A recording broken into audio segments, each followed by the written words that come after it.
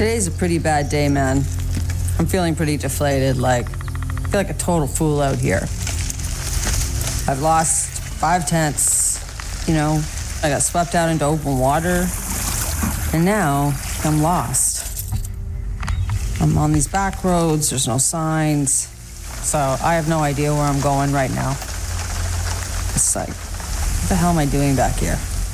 Those are the exhausted words of award-winning Canadian filmmaker Dianne Whelan. At this point, she's about 100 days into a 24,000-kilometer trek along the world's largest trail.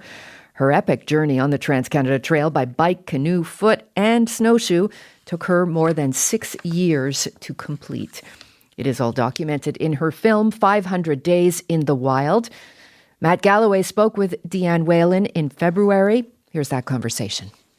What's it like to listen back to yourself on that bad day? Oh, I remember that day very well. Where were you? I was in Nova Scotia, caught in one of those late fall hurricanes that comes in from Florida sometimes. So I was in dire straits at that moment. How do you lose a tent? But I'm not sure that you lose a number of tents, but how do you lose a tent? One tent I lost because I just didn't strap it on well enough to the back of my bike, so that was a little bit embarrassing. Another one just got absolutely destroyed by the first rainstorm I hit when all the windows just started falling out, some glue manufacturing dysfunction or something. Another one, a couple poles broke. It was just one thing after another, really, Matt. And I can honestly say, you're really tired at the end of the day, and I just wasn't taking proper care to tie things down properly and on-the-job training. We'll come back to that. For people who don't know, just describe what the Trans-Canada Trail is. The Trans-Canada Trail stretches from 3 oceans in Canada, the Atlantic, the Arctic, and the Pacific. It's made up of 487 different land and water trails. Why did you decide that it would be a good idea to go across this trail? Well, from a professional perspective, Matt, I had made a film on Mount Everest, and I'd made a film up in Canada's high Arctic. So I'd been to the, tallest mountain in the world, one of the most northern coastlines in the world. So something that was billing itself as the longest trail in the world caught my attention. But also from a personal perspective, the life that I had lived was going through a lot of transition. My marriage had just ended, and a dog that I'd had for many years of my life had just died. And so everything that was kind of holding me to one place was gone. And I thought, well, I need to make a new film. And maybe it's time to check out to check in for a little while, too. Check out to check in? Yeah. What does that mean? I mean, this comes up a number of times in terms of, and we'll talk more about what it's like to be out there. But what does that phrase mean to you? Well, I get it from a Reinhold Messner quote, who was the first man to climb Everest without oxygen. And his famous quote was, "I climb high to go deep inside." And I think checking out to checking in was my kind of version of that, which is just stepping outside of your life and walking away from bills and relationships and the news and money, and spending some time with yourself and just stripping away those labels and stripping away those layers. And, solitude reveals what a mirror cannot. What were you looking for, do you think? I was looking for some understanding, and I was looking for some hope. Sometimes when you look at the news, it feels like the whole world's full of psychopaths, I just needed to take a break from all of that. And I think a lot of people feel that way. What's great is it didn't take very long to be reminded that the world is in fact not filled with psychopaths, that it is in fact filled with very kind people. You admit, as you start out on this, that this is, in your words, a totally insane idea. Yes. You aren't an extreme athlete? No. What did it take? How do you prepare for something like this? One day at a time. Really one day at a time. I didn't set off with a plan that was going to carry me through 24,000 kilometers. I broke the journey down into one trail at a time. So it's 487 trails. The first one was a 988-kilometer path across Newfoundland following the old rail line. So that was my starting point. And if I made it to the end of that one, then I'd prepare for the next one, which was a 388-kilometer paddle of the Bredor Lake. And I just kind of went through it that way. And, that was my superpower, Matt, because when we spend a lot of time making a plan, we become very rigidly attached to it. And I can tell you that the secret to my success on this one was my capacity to adapt. If I had planned too far in advance, I would have gotten it all wrong anyway, because I knew by day 10 I hadn't gone as far in 10 days as I thought I could do in 3. Because that early road, that path that you're on, that's a tough trail, right? There's a lot of footage initially of you tumbling off the bike. Well, they didn't take the crush rock off the rail line. But, the harder the rock, the softer the heart. So one of the reasons, there's a lot of reasons why I wanted to start in Newfoundland. One is I wanted to follow the sun back home. But the other reason is my grandmother and my great-great-grandmother, are from here. My father was born here. And I knew that by starting in Newfoundland, I was starting in one of the kindest places I could start in Canada. Because if I got into trouble, I literally could go knock on anybody's door with no fear at all. You visited an elder near the beginning of the trek. Tell me a little bit about that visit and what the elder gave you. So 3 months before I left, I was invited up to Haida Gwaii in northern BC for a film festival to show my last film on Mount Everest. And while I was up there, I met a traditional knowledge keeper named Vern Williams.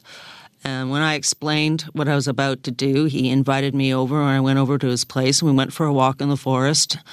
And I asked him, Vern, I'm going to make this journey across Canada, and I really want to honor the ancestors of this land as I do it. They built the trail to celebrate Canada's 150th birthday, and I love Canada, but the story I was seeking started thousands of years ago. And so Vern gifted me something that was very... And this is a stranger, apart from our conversation, gifted me something that was extremely important to him. And he gifted me his feather that he uses, an eagle feather, that he uses in his ceremony. And he taught me how to smudge with it. And he told me that I should do that on my journey because it would help keep me grounded.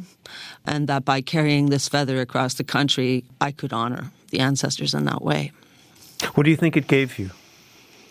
Well, it's so interesting, but I think I learned that our journey is shaped by what we carry in our heart.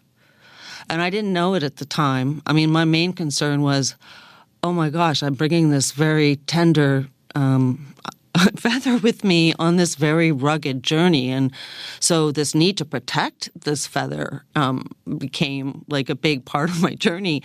But because I carried it, because I cared for it, and because I honored it, it really did shape my journey. And I think in ways that I can't understand, it also led to some of the events that unfolded in the film, which is some of my time in other Indigenous communities in Canada as I crossed it.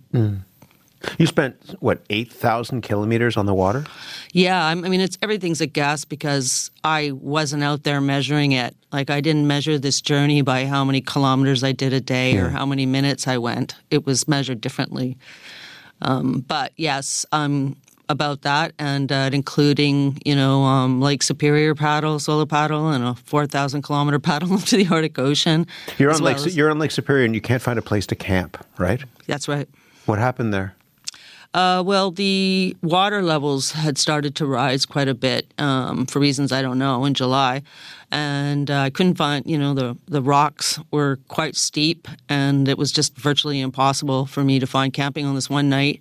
And day became night, and I suddenly found myself in the dark with a headlamp on. It was a pretty scary time. It was about 4.5 hours of complete darkness, and the weather had picked up, and my canoe was kind of being tossed around, and I couldn't see anything. But after 4 hours, I just really focused on controlling the panic. It's what you have to do in those moments.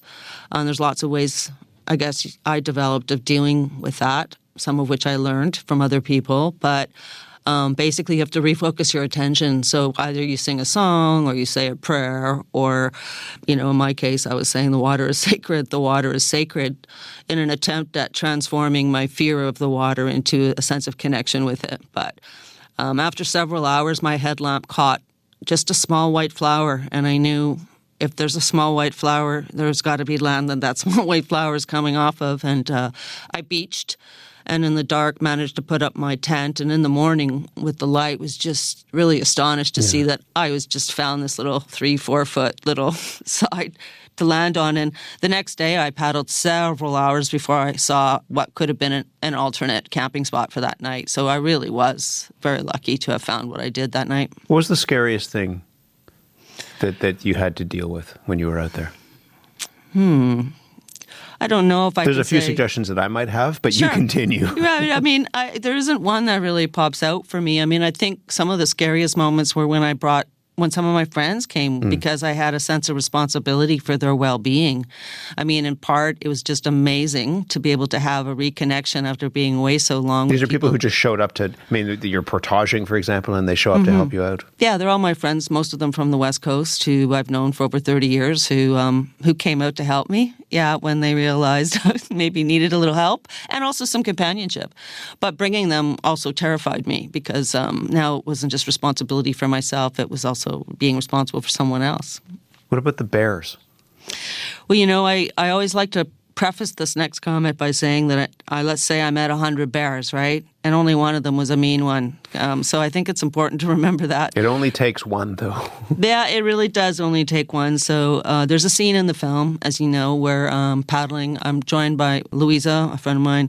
I'd say we'd done about 3,000 kilometers already, and we're just above the Arctic Circle, and we get a message on our sat phone that there's a man that had been paddling in front of us that we had hoped to meet. Actually, his name was Julian. He was also an artist. He was recording sounds to make into a musical piece. Anyway, he was hauled out of his tent in the middle of the night and eaten. And of course, this changed the journey for us. I mean, at that point, it wasn't just a physical challenge, but it became a psychological one. And I need to put the context around this, that in the months that we paddled, we never saw another kayaker or canoeist. We only heard of two, and he was one of them. All of a sudden, the reality of facing that kind of danger, you're in a tent, it doesn't have a lock. So you're vulnerable out there. That definitely was a big challenge for us. Did you ever think about quitting? I mean, we played that clip at the beginning where you talk about how you feel like a total fool and you're lost and you're stuck in the rain and there's no tent and it seems like you almost get struck by lightning. Most people, I think, in those circumstances or a few months in or a few years into this would say, you know what, I like the comfort of home and a bed and, as you said, a door with a lock on it. Did you think about pulling the plug? I really didn't. Only once. You didn't? I once, but it had nothing to do with my fear of those things. At the end of 2019, I got word that my mother had been rushed to the hospital and that her aorta above her heart had ripped open. And this is not something she was expected to survive from. So I got picked up off the trail by Louisa and drove 2 days back to Vancouver, and I spent 3 weeks in the hospital with my mom. And I'm really thinking that was it for me. For the journey. But as she got better, she kicked me out, basically. She's just like, don't be silly. You've got to go finish what you started, and I'll be waiting for you at the finish line. And she was. What did it say to you that you didn't think about quitting? I'm sure there were moments, like dark moments, where you have to kind of gut it out. But you did. I mean, I guess, if you know me, I'm stubborn. I mean, once I set a goal, I'm pretty determined to follow through on it. And in order to do this, I didn't have any big financing when I left. I didn't even have a grant when I left. So I gave up my home, I sold my car, and I got rid of all my bills. So I made it rather difficult on myself to be able to return. What did your family think of that? Oh, they're pretty used to it, I think. I think my mom said, when you were a baby, I was born in Toronto. Whenever I cried, they'd wrap me up and put me in this baby carriage and just roll me outside at like -17, and I'd stop crying and I got really happy. And it's that nature-nurture thing, we are both who we are, our little spirits, upon birth, as well as the influences around us. But this part of me is very authentic to my being. I love the outdoors. I always have. And when I was searching for my purpose in life, I tried to blend my love of storytelling with my love of nature. And so all of my films are rooted in outdoor expeditions, really. Let me ask you about the kindness of strangers. You said earlier that one of the things you were worried about is that the world is, what did you say, the world is filled with psychopaths? Yeah, well, it feels like that sometimes, yeah. You're out, I don't know, I can't remember where exactly it is, but you're out paddling and there are some men who are fishing and they give you this like giant grocery bag full of moose meat? Caribou meat. Yeah. That's also up in the high Arctic. I'm on the Mackenzie River and haven't seen anyone in a long time, but have just passed a small community, Fort Good Hope, I think it was, and these guys had been out in the bush hunting. So they were quite surprised to see this little red canoe floating along. They thought you were voyageurs. Right? They thought we were voyageurs. Yeah, they were joking about that. Anyway, and then when they found out that we were heading to Tuk, they were like, what the? Anyway, they came over and gave us said, hey, you want some fresh, caribou meat? And of course we did, but at the same time with our bear fear, we were like, oh my God, we're bringing this raw meat into our boat. But we took the meat and actually we stopped shortly thereafter and cooked it all up and we ate it like ravaged women, right out of the pan. But they also gave us heads up about this area that we were going to be paddling through with big rapids. Yeah. And they gave us the intel we needed to safely navigate it, which was stick far to the right, because if you go to the middle or if you go to the left, you're not going to make it. Did it reassure you that, your faith in humanity in some ways, running into people like that? Oh, gosh, yes, absolutely. Over and over and over again. I don't even know what the odds are of that, but I really did not meet anybody that posed a threat to me in 6 years. Everybody I met was kind. And I think one of the things I'm most proud of about this film, Matt, is that it didn't matter what your politics were. Mm. It didn't matter if you were conservative or liberal or NDP. I don't even know, and it didn't matter. What mattered was that we found ourselves in these places out in nature.